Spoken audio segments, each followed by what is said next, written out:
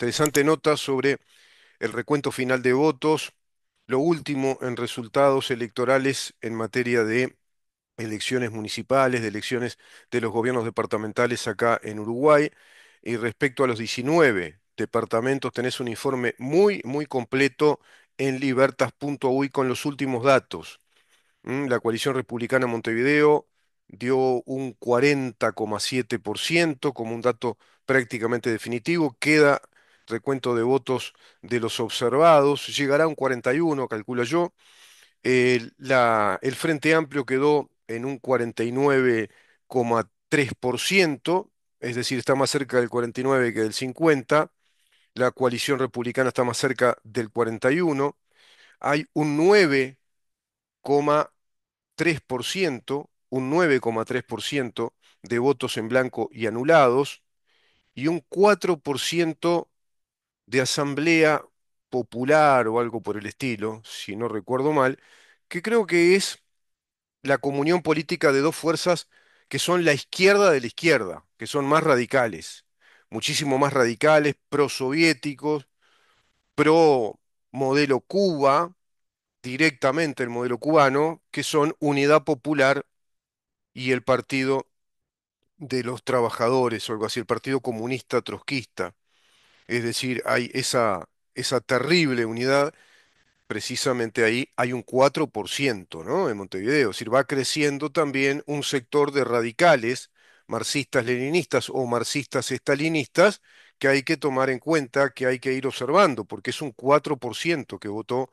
en Montevideo. Era prácticamente el estándar del voto en blanco y anulado, ahora quedó cooptado por esa población montevideana que ya representa un 4% del cuerpo electoral,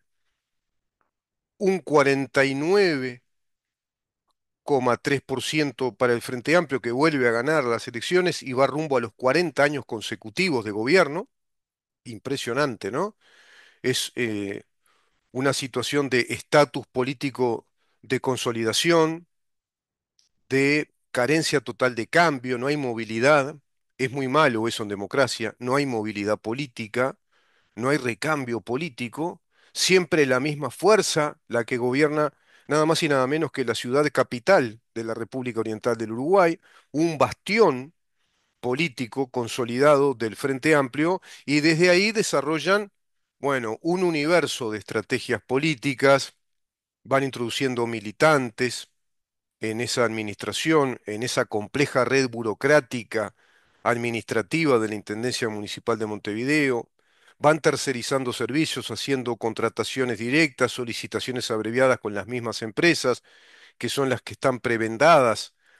a la Intendencia Municipal de Montevideo y por ende o como consecuencia de ello al Estado en sí, al Estado uruguayo, porque los gobiernos departamentales son parte del Estado uruguayo regionalizado, de alguna manera descentralizado en el ámbito administrativo. Hay una descentralización administrativa del Uruguay a través de esa reforma constitucional que plantea gobiernos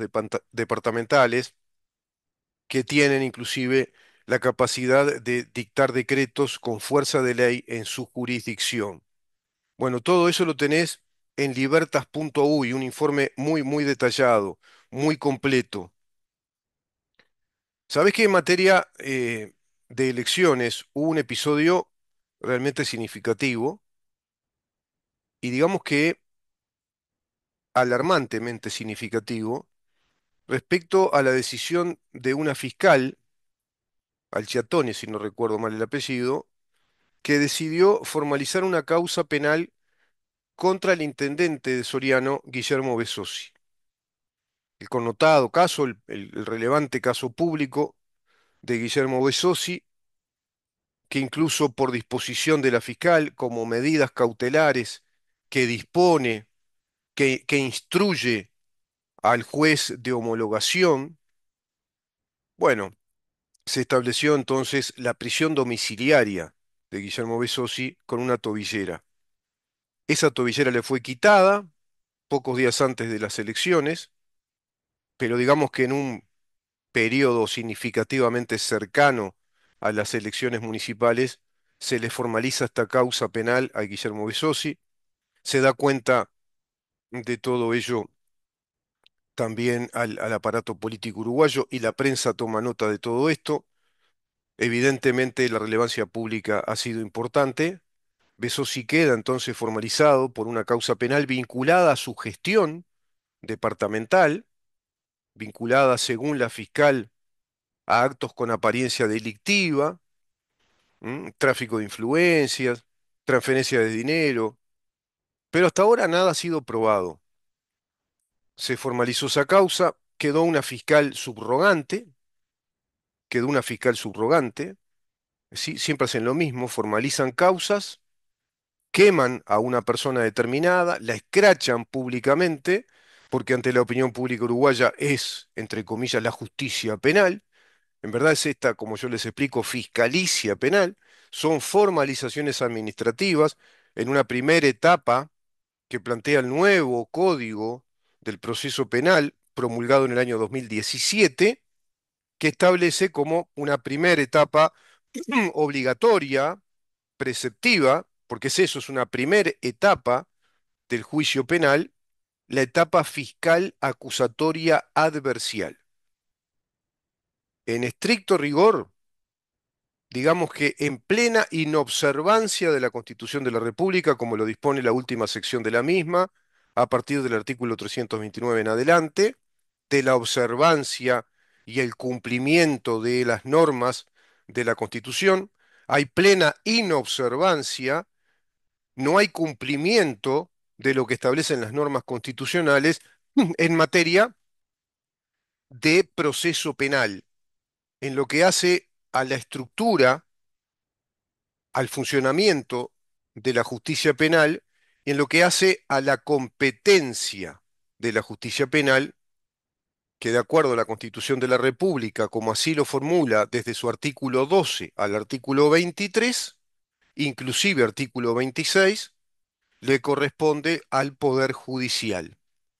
Es el Poder Judicial el poder que tiene constitucionalmente el pleno poder, autoridad jurisdiccional, vale decir, competencia exclusiva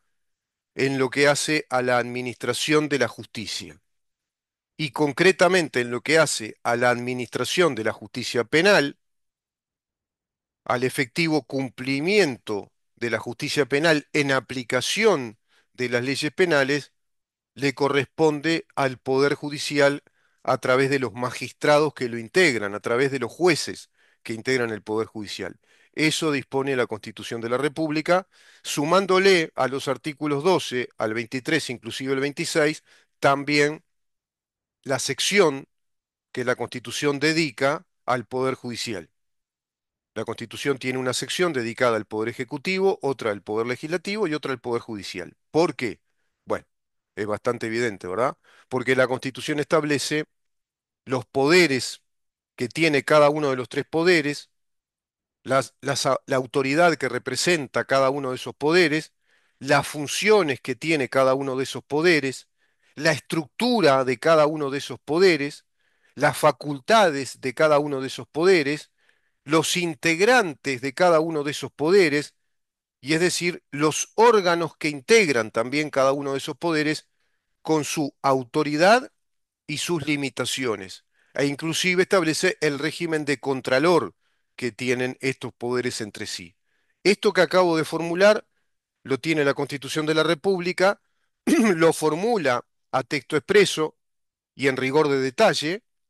las características, estructura, potestades, facultades, poderes que tienen cada uno de los tres poderes, configurando, conformando, constituyendo, digamos que la estructura y el funcionamiento republicano de nuestro país. De ahí que hablemos de una república democrática. La Constitución así lo formula a texto expreso en los artículos 72 y 82, que somos una república democrática. Y somos república en tanto se da esta separación de los poderes, este contralor de los mismos, sopesándose, evitando desbordes de poder y por otra parte estableciendo poder y limitación de los poderes, derechos y obligaciones también del Estado uruguayo, formulando un poder con un monopolio legítimo en cuanto a que está legitimado por nuestro cuerpo electoral, está legitimado por el soberano que acepta esta constitución. Esta constitución es la carta que constituye a nuestro país, es la ley suprema que da el orden jurídico de nuestro país, es la ley suprema que establece el régimen jurídico de nuestras normas, los principios de legitimidad o validez jurídica de nuestras normas, es la ley suprema que establece la organicidad de nuestras normas, es la ley suprema que establece la jerarquía de normas en una pirámide de jerarquías y es la que establece la organización administrativa del Estado, las funciones que el Estado tiene, los derechos y las obligaciones de nuestro Estado, en tanto es una república democrática con un monopolio legítimo de su fuerza, una fuerza monopólica con limitaciones, no con desbordes de poder. Todo eso configurando además la necesaria estructura del funcionariado público como un funcionario subordinado a los cometidos del Estado y subordinados a la jerarquía administrativa que el Estado tiene. Por lo tanto, el funcionario público es un subordinado directo a la jerarquía inmediata superior y así en escala, porque obedecen a un presupuesto nacional de acuerdo a cometidos que el Estado tiene que cumplir. Todo esto formula la Constitución en cuanto a que somos un Estado republicano democrático, con la necesaria publicidad de los hechos, de los actos administrativos, de los actos legislativos, de los actos de gobierno, con la necesaria transparencia y publicidad de todo lo que ocurre en nuestro Estado en materia administrativa, política, legislativa, judicial. En este sentido, este código no respeta nada de eso, así que empezamos muy mal desde ahí. Pero ya aclarando este punto grande, enorme, histórico, institucional, aberrante, un golpe de Estado técnico al Estado uruguayo, una guerra civil legal que nos plantea el marxismo organizado desde el Frente Amplio a partir de aquel gran acuerdo que se va a desarrollar entre el Partido Comunista del Uruguay con el Partido Socialista del Uruguay y otras fuerzas más pequeñas de izquierda, asumiendo la doctrina de Fidel Castro formulada en el año 1967, la doctrina de OLAS, la Organización para Latinoamérica de Solidaridad, la Organización Latinoamericana de Solidaridad, que era una organización precisamente comunista para extender todo el comunismo en América Latina a través de la lucha armada y a través de la profundización del lineamiento de las izquierdas latinoamericanas con la Unión Soviética y la Internacional Comunista, que también se representaba en Cuba, antiimperialismo de los Estados Unidos, según la discursiva comunista, según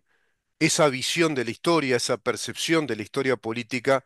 a nivel internacional. Todo eso representa el Frente Amplio, esa necesaria unidad para configurar una estrategia política electoral y a su vez también cobijar grupos armados como se dio con el movimiento de MLN Tupamaros, Movimiento Revolucionario Oriental, el Partido Comunista Revolucionario, montoneros que colaboraron también con esa lucha armada, todos cobijados por un ejército clandestino, por una logística soterrada que desarrolló el Partido Comunista directamente con la KGB de la Unión Soviética y que venía desarrollando el Partido Socialista del Uruguay con la tercera vía, el llamado tercerismo socialista, con Checoslovaquia, con Checoslovaquia. Modelo comunista,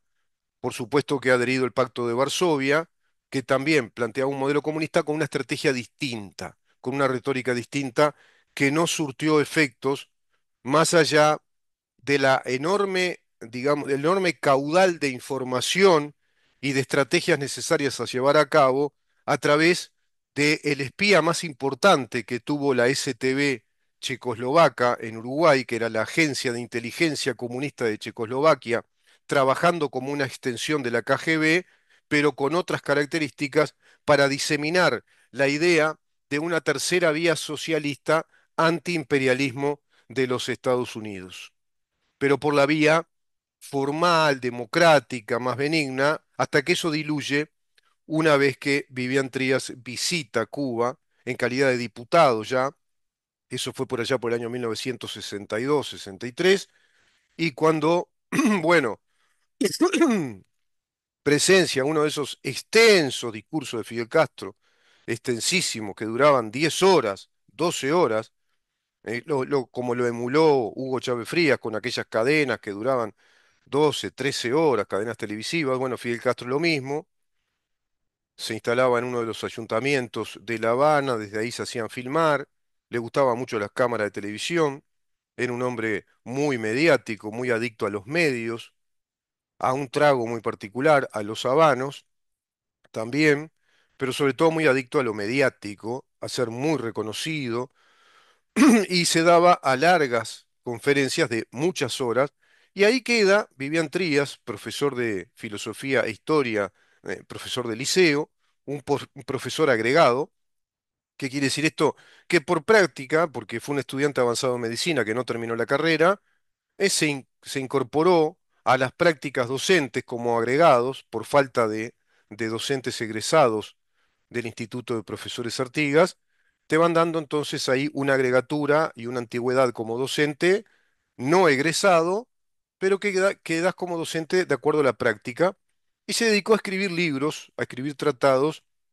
revisando la historia del Río de la Plata y la historia del Uruguay. Todo ese proceso, todo ese proceso se va a dar después como una unidad porque Vivian Trías queda deslumbrado con el discurso levantisco, altanero, de ir directamente a la lucha armada, de fortalecerse en esa lucha armada, de procurar la unidad de todas las fuerzas de izquierda que comulguen con esa idea antiimperialista pro Latinoamérica, una Latinoamérica, por supuesto, ideologizada, una Latinoamérica comunista. Todo esto representa el Frente Amplio y representan fiscales, que hoy por hoy son ese club o ese partido de los fiscales que está haciendo de las suyas, está haciendo su trabajo, está haciendo un trabajo militante, orgánico, desestabilizador del sistema político uruguayo que no responda a la izquierda, que no responda al Frente Amplio en este caso y a ningún movimiento de izquierda. Por lo tanto, de acuerdo a este panorama, que yo trato siempre de darlo orgánicamente, porque todo esto es muy orgánico, es sistémico, en la política hay propósitos, hay intenciones, nada es casualidad, no hay ningún cabo suelto, nada se da al azar, nada se da por algún capricho personal, por algún arbitrio, no, esto está organizado y los fiscales son militantes que están organizados, deben cumplir con órdenes. Es una estructura jerárquica la Fiscalía General de la Nación, a través de las instrucciones que creó el doctor Jorge Díaz, se deben al doctor Jorge Díaz y a sus secuaces en esa organización que tiene un propósito claramente ideológico y para ellos aún muy revolucionario, muy de transformación institucional y de poder político en nuestro país. Y a la prueba está que lo lograron con con este nuevo código del proceso penal y con este funcionamiento jerárquico, instruido por dentro a través de esa savia vital son las instrucciones que dio en su momento como fiscal de corte Jorge Díaz, directrices, contactos entre ellos, mm, órdenes, precisamente órdenes que reciben los fiscales, y muy particularmente cuando se trata de figuras políticas, de figuras políticas de renombre, y en este caso le tocó que dispararan el gatillo, que dispararan el gatillo sicario desde el partido de los fiscales, le tocó a Guillermo Besosi, tiempo antes, significativamente un tiempo corto, previo a las elecciones municipales. Y así entonces, esta fiscal le formaliza una causa, fiscal que retiró sus redes sociales, porque en sus redes sociales tenía por todos lados leyendas, imágenes, frases del Che Guevara, de Fidel Castro, de Camilo Cienfuegos, de Luciano Polanski. de José Mujica, todo vinculado, por supuesto, a lo marxista, ¿no? Al marxismo, el comunismo, el socialismo. Bueno, era un comité de base digital, eran prácticamente comité de bases digitales de esta fiscal. Pero siempre hace lo mismo, acusan, formalizan una causa, escrachan a alguien, después se van, queda una fiscal subrogante, y esta fiscal subrogante, después del escrache a Besosi, previo a las elecciones municipales, establece, formula, digamos, mediante un acto administrativo fiscal, le formula a la Corte Electoral que debe suspender la ciudadanía de Guillermo Besosi, porque en verdad se trató de eso, es decir, no habilitarlo para el voto, que Besosi no estaba habilitado para votar. Esto es realmente muy delicado, muy delicado. Si nos ajustamos a la teoría del fuero de las funciones, hoy por hoy tiene un fuero de competencia esta Fiscalía General de la Nación a través de sus fiscales, en este caso en materia penal. Hoy por hoy, la ley vigente, una ley, perdón, inconstitucional, una ley orgánicamente, para mí, más trascendente que la inconstitucionalidad, es una ley directamente agresiva para con la Constitución de la República, es una ley que atenta contra los preceptos constitucionales y preceptos constitucionales sustantivos, vale decir, la conformación, los poderes, la competencia del Poder Judicial, el debido proceso, todo eso, esta nueva ley, este proceso penal, desde esa nueva ley, Código del Proceso Penal, no observa, no cumple con la Constitución.